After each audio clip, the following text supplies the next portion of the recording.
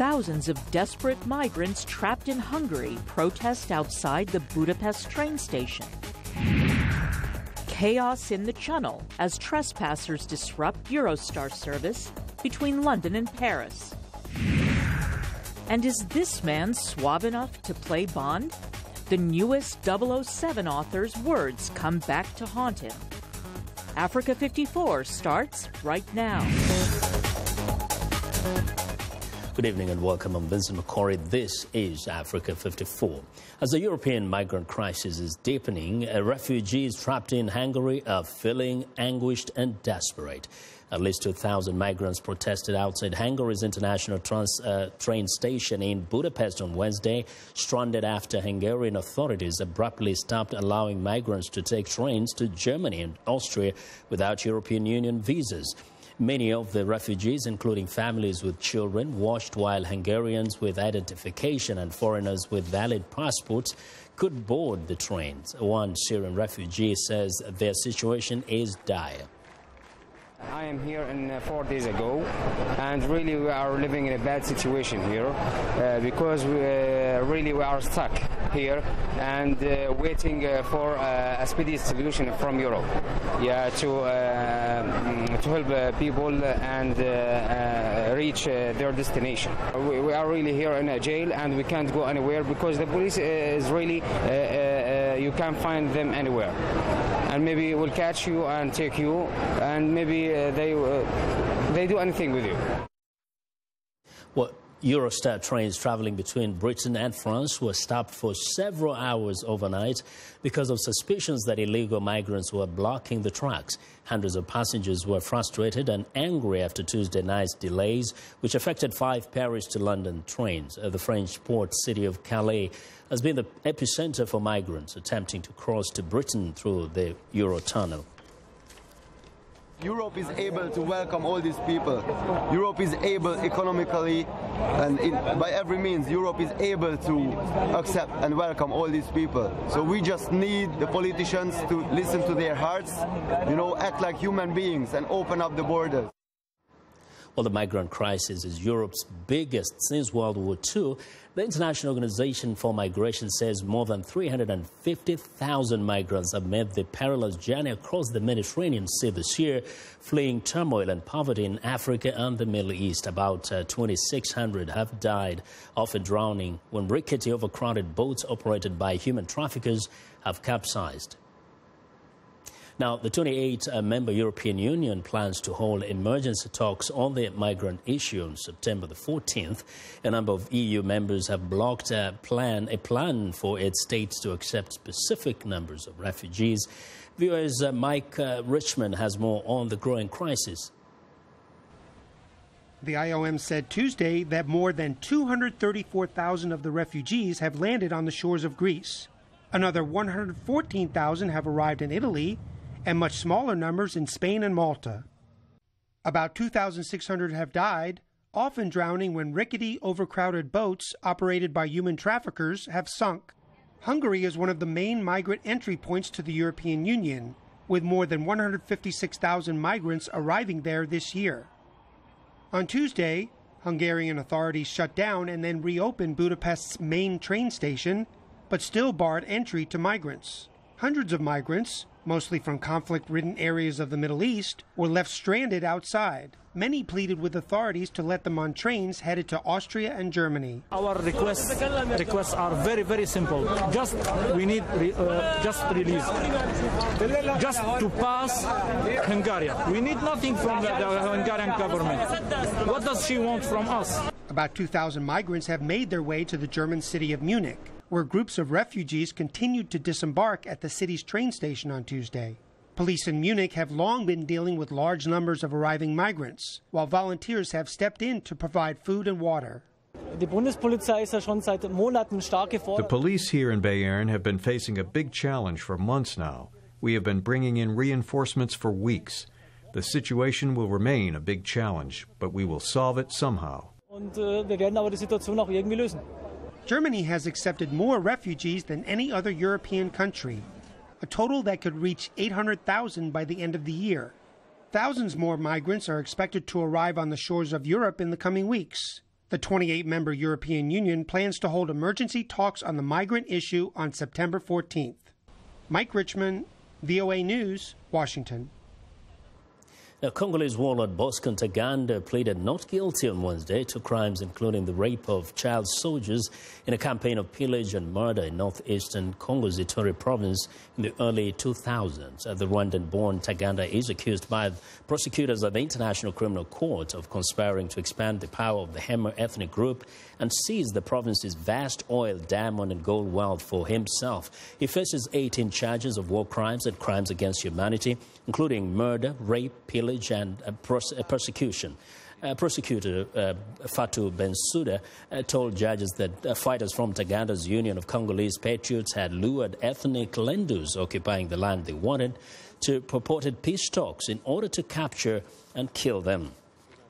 Now, to help give us some clarity on the situation, Charles Jallo, Associate Professor of Law at the Florida International University College of Law, joins me live via Skype from Miami. Professor Jallo, welcome to Africa 54. Thank you, Vincent, for having me. Yes, now we've mentioned there that this is perhaps a challenge that the ICC is facing to prove that it could prosecute effectively and successfully. What has been the impediment to really conducting these trials as effectively as they wish? Well, first of all, the prosecutor has struggled in their investigations throughout the involvement of the ICC in the Congo. And you know that we've had a number of indictments of individuals from the Congo. And the first case for the court, the case involving Thomas Lubanga, came from the Congo, including this particular area of the country, Ituri. The prosecutor struggled to conclude that case because they made a lot of mistakes along the way, but they finally secured a conviction in the case of Mr. Lubanga. But their subsequent two cases involving two other accused from the region suffered in that they were not able to prove the charges beyond a reasonable doubt. So it will be interesting to see what success they're able to have in the case of Mr. Ntaganda. Now, this court was set up to try cases from across the world. Up to this point, we've only seen successful prosecutions, or at least some prosecutions, from only one region of the DRC, the Ituri region. Why is that the case? Well, you know, the prosecutor has been aware of these criticisms. In fact, yesterday at the press conference she held in The Hague, she explained the reason why they focused on Ituri. And according to her, when they carried out their investigations after they got the referral from the Congo, they found that the gravest crimes were being committed in that area at the time. So she said that this is why they focused on that region and having all these accused persons from there. But she did make the point also that there's one other accused person who comes from Kivu who is not yet in the custody of the court. And she seems anxious to emphasize that as a way to push the focus away from Ituri, to say that we're looking at what's happening in Kivu as well.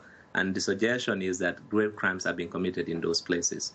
Now, we know that there have been other people charged in that court, including Sudanese President Bashar al-Omar. We also have the son of former president of Libya, Islam. Tell me, how will it ever be possible for these people to be taken to trial if their countries do not cooperate? Can it ever succeed? Yeah, the court has struggled. What the court needs at this point is support from the African countries that have sent cases. You mentioned Mr. Ntaganda today, who is the focus of the opening of the trial in The Hague. He comes from the Congo. And the reason why he's at the court is not because any country arrested him and turned him over to the court, because he surrendered to the American embassy in Kigali. So the enforcement of the arrest warrants has been very, very challenging for the court. And the other cases you mentioned, the other situations that you mentioned, are in the same vein. Mr. Bashir traveled recently to South Africa. We all know what happened there. They basically helped him to leave the country. In the case of Libya, it doesn't seem as if the central government in Tripoli has custody of Mr. al-Islam, Mr. Gaddafi's, former President Gaddafi's son. So they are not able to turn him over, and in fact have insisted that they want to try him in the country. So the court has faced a lot of challenges, and a lot of them turn on countries not turning over the individuals for which arrest warrants have been issued. In a few seconds, is there a future really for this court? There is a future. Maybe at this point it's going through growing pains, but it will be a court of law. We've seen this in other situations. It will be a court of law that will succeed. We have to be patient and continue to support it. Professor Jallow, thank you very much. Well, thank you for having me. Charles Jallow is Associate Professor of Law at the Florida International University College of Law in Miami, Florida. Well, Pope Francis is calling for priests to absolve women of the sin of abortion during the upcoming Holy Year of Mercy, a move that breaks with the traditional stance of the Roman Catholic Church. In a letter published Tuesday by the Vatican before the Jubilee year starts in December, the Pope says he is well aware of the pressure some women face in order to abort. Now, he declared priests can give absolution to women who repent with a contrite heart. The Pope's decision to grant all priests around the world the power to grant absolution to a woman who has had an abortion and repents of it is just another sign of how seriously he takes the power of God to forgive and the power of God to heal people who come to him seeking mercy. This permission in many countries, like in the United States and England, is usually granted to all priests anyway. But in other countries, like, for example, here in Italy, the priest, if a woman comes to confession, the priest must have her wait while he contacts the bishop to make sure that it's possible to grant absolution. Well, the Catholic Church views abortion as a serious sin, punishable by excommunication and expelling those guilty from the church and condemning them to hell in the afterlife. Francis is the first non-European pope in 1,300 years and the first to show tolerance regarding taboo topics, although he has shown no intention of retracting the Catholic Church's opposition to abortion. Conservatives within the church have been alarmed the Pope has spoken on the issue with a less forceful tone than his predecessors. While U.S. President Barack Obama used the backdrop of a rapidly melting Alaskan glacier to highlight the effect of climate change as he continued his landmark visit to the far northwest state, Mr. Obama spent Tuesday hiking on a trail at the base of the exit glacier, which has receded 2 kilometers over the last 2 centuries. What it indicates, because of the changing patterns of winters with less snow, longer, hotter summers, is how rapidly the glacier is receding. And it sends a message about the urgency that we're going to need to have when it comes to dealing with this, because obviously when the glaciers erode, that's also a sign of the amount of water that's being introduced into the oceans, rising sea levels, and the warming generally is having an impact on the flora and fauna of this national park. President Obama's visit to Alaska comes ahead of a UN conference on climate change later this year in Paris. The White House says the goal of the conference is to boost awareness of how the effects of higher temperatures in the Arctic are affecting the rest of the world and what people can do in response. Well, we want to know what you think about Africa 54 and the stories we cover. Join the conversation on Facebook.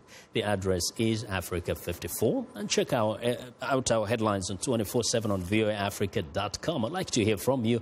Find me on Twitter at VOA Vince Makori. Coming up, Obama and Saudi Arabia's king to meet against the backdrop of war and the Iran deal. Stay with us.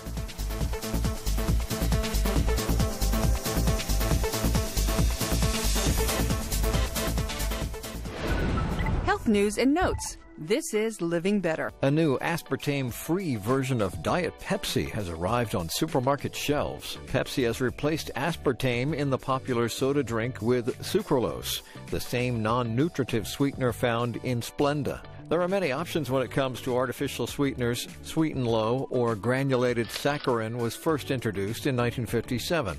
More recently, plant-based sweeteners such as stevia and truvia have gained favor. People like Christine Arundel turned to sugar substitutes to avoid calories. It is a personal choice of not drinking my calories, but rather wanting to eat them instead of putting them in my drink. But do sugar substitutes help you lose weight? Dr. Mark Hyman with the Cleveland Clinic. When you consume artificial sweeteners, they trick your body to think sugar's on the way, and that gears your body up to store the food, and it creates insulin that leads to fat storage. I'm Martin Seacrest for VOA's Living Better.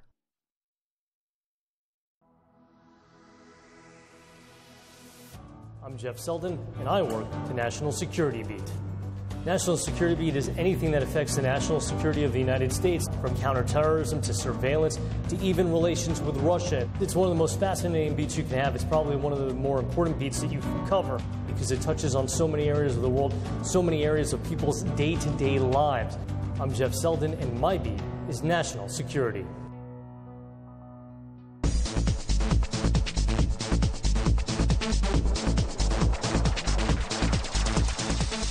Welcome back. U.S. Secretary of State John Kerry spoke out Wednesday in Philadelphia in support of the international agreement on Iran's nuclear program.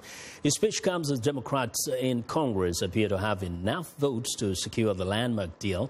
Secretary Kerry and top diplomats from Britain, China, France, Russia, Germany, and the European Union agreed with Iran in July to limit the country's nuclear activity in exchange for sanctions relief. Mr. Kerry reiterated his stance that this is a good deal. President Obama and I are convinced beyond any reasonable doubt that the framework that we have put forward will get the job done. And in that assessment, we have excellent company. Last month, 29 of our nation's top nuclear physicists and Nobel Prize winners, scientists, from one end of the country to the other, congratulated the President for what they called, quote, a technically sound, stringent, and innovative deal that will provide the necessary assurance that Iran is not developing nuclear weapons. Now, against the backdrop of war in Iraq, Yemen, and Syria, and concerns about Iran's behavior, U.S. President Barack Obama will welcome Saudi King Salman to the White House Friday. It will be the Arab leader's first visit to the United States since ascending the throne in January following the death of King Abdullah. VOA correspondent Arupande has more from the White House.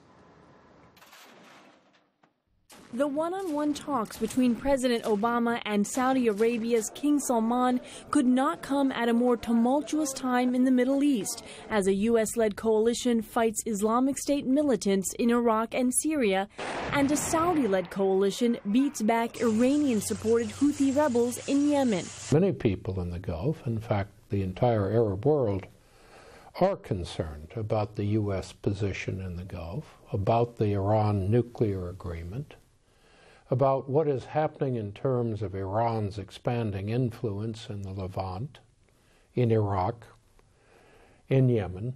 Center for Strategic and International Studies security analyst Anthony Cordesman says while Friday's meeting at the White House will likely not produce a dramatic shift in policy, the dialogue will be critical to building Saudi confidence, particularly in the recently negotiated Iran nuclear agreement.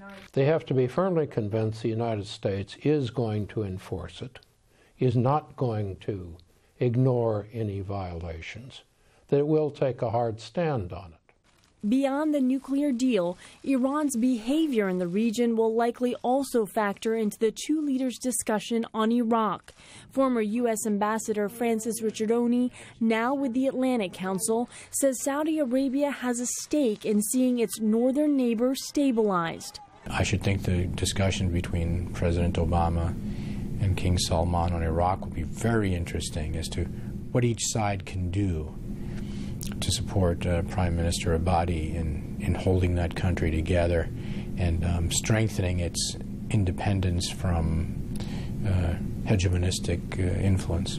Ending the fighting, urging political reconciliation, and addressing a humanitarian crisis, goals both leaders likely will push for not just in Iraq and Syria, but in Saudi Arabia's southern neighbor, Yemen, where Saudi airstrikes continue to pound Houthi rebel targets on a regular basis.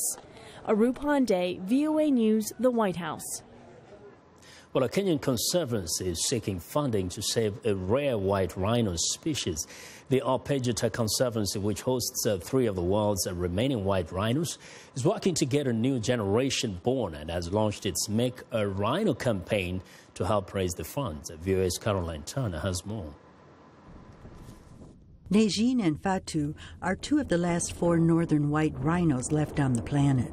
The 2 are females and live at the Old Pajeta Ranch in Nanyuki, Kenya, where they share 90,000 acres of private wildlife conservancy land with only 1 male, known as Sudan. The rhinos live under 24-hour armed guard at the wildlife sanctuary to protect them from poachers. The northern white rhino once roamed parts of Uganda, Chad, Sudan, Central African Republic, and the Democratic Republic of Congo, but they are now considered to be extinct in the wild. Attempts to breed the rhinos have proven unsuccessful, and extinction is imminent. In an effort to save the species, Old Pajeta is partnering with scientists to develop reproduction through in vitro fertilization, which will be the first time the procedure is performed on a rhino. We hope to be able to take the eggs from the remaining females, to mix their eggs with sperm from stored sperm from various different northern white rhinos that's been collected over the past 5 or 10 years, to create embryos which would then be implanted into surrogate southern white rhino females. The ranch hopes to raise about $800,000 to fund the research to develop the new breeding techniques. In the latest campaign, a cricket tournament was held. Teams of Maasai warriors played against British Army training unit based in Kenya. Players spent time with Sudan, who is the last northern white male rhino in the world capable of breeding. Scientists say Sudan's sperm count is low, but DNA from northern whites has been saved in a sperm bank in hopes that new technologies could save them from extinction. Without the money, it's impossible to develop the science that's necessary to create the embryos that will eventually save the species. So we have to raise the money first, and then we'll develop the protocol and the technique for making it happen. About 20,000 southern white rhinos remain in the wild, and studies are underway to determine if they are close enough genetically to serve as maternal surrogates. Poaching across sub-Saharan Africa is rising, and Kenya's parliament has passed strict anti-poaching laws. The government has ramped up security at parks to stop poaching, which threatens the vital tourism industry. What's happening today to the northern white rhino, and the fact that we've got down to the last remaining 4 northern white rhinos left in the world, is simply a signal to what is happening to the planet as a whole. Kenya has also started using high-tech surveillance equipment, including drones, like this one seen here, to track poaching gangs and to keep tabs on wildlife in national parks. Carolyn Turner, VOA News. Well, it's time for a short break. Still to come on Africa 54. James Bond's newest author apologizes for his tough words about Idrissa Elba. We'll be right back.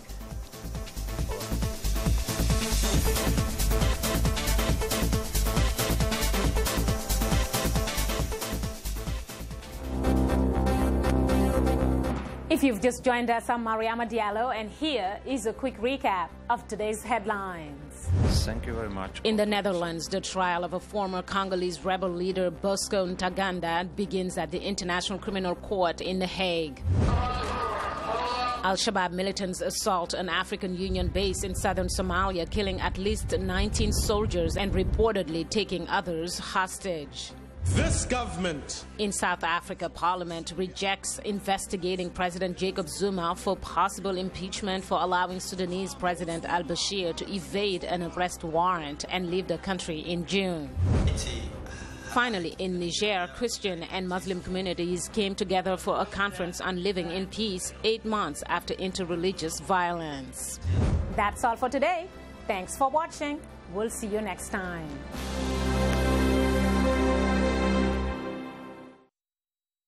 I am Sheikh Sali, host and senior editor of VOA's international call-in talk show, Straight Talk Africa. Today we'll examine the tobacco industry. We pretty much touch on anything that you can think of. Politics, health issues, human rights issues, you name it, we talk about it. The issues that we discuss are pertinent to most people on the African continent.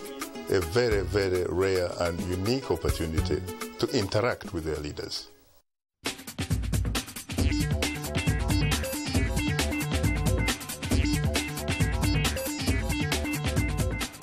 Welcome back to Africa 54. A one-of-a-kind event for movie lovers is what's trending today.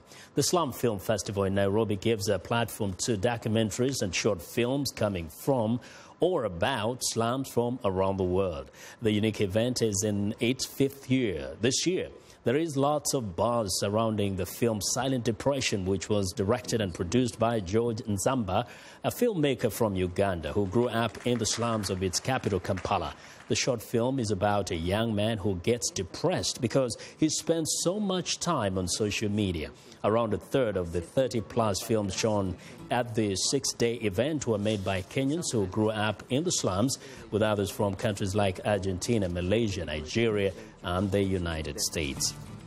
Well, next up, for years, ice has been used to treat sore muscles. Athletes often take the plunge thinking cold temperatures reduce inflammation and damage, speeding up the recovery process.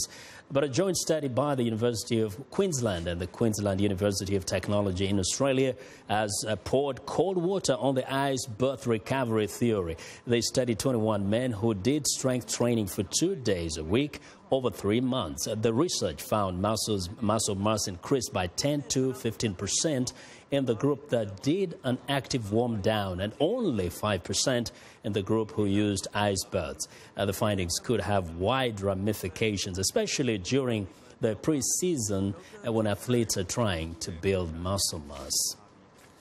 Well, and finally, whoops. The author of the new James Bond novel apologizes after he said that British actor Idris Elba is too street to play 007. In an interview with the Daily Mail newspaper published over the weekend, Anthony Horowitz, the author of the new Bond novel Trigger Motives, said Elba is too street for Bond. Elba has been rumored to be among the actors considered to replace Daniel Craig as the next Bond. He will be the first black actor to play the spy should he be cast. Horowitz said he was thinking of Elba's gritty detective role in the BBC crime drama Luther during the interview and didn't mean to cause offense. And that is what is trending today. Well, that's our show for today. Be sure to watch Africa 54 on our website at voaafrica.com. For more news, tune into VOA's evening radio show, Africa News Tonight at 1800 UTC. And in the mornings today, Break Africa between 0300 and 0600 UTC, Monday through Friday. Thanks a lot for watching from all of us here in Washington. Have a good night.